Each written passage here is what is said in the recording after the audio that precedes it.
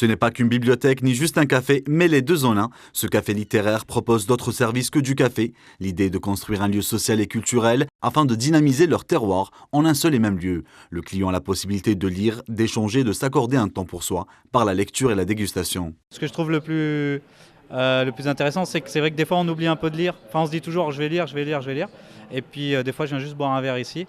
Et puis je vois les livres, ça m'intéresse. Et puis des fois je repars avec un livre, ça suscite un peu ma curiosité. Et c'est pas mal parce qu'on a vraiment besoin de revenir un peu vers les livres aujourd'hui. Un endroit pour promouvoir la lecture dans les lieux publics qui en même temps en fait un lieu de rencontre pour les intellectuels et les amateurs de livres afin de partager leurs différentes visions et surtout redonner le goût à la lecture. C'est ce qu'a voulu la propriétaire de ce salon. En 2012, on a vu les modifications dans le monde du livre et on s'est dit comment est-ce qu'on crée un endroit qui à la fois permet aux gens de venir trouver la production en matière de livres, en matière de propositions culturelles et qui à la fois est un lieu où ils peuvent venir fréquenter régulièrement sans avoir l'alibi culturel. Donc on va acheter un café tous les matins, on va lire son journal tous les matins.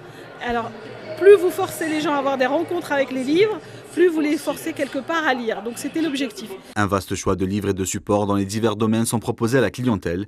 Un endroit qui contribue à promouvoir le livre et la lecture dans les endroits qui ne sont pas exclusivement recommandés à but commercial, mais aussi s'en aller vers la pensée. Tout cela dans une ambiance gaie et chaleureuse.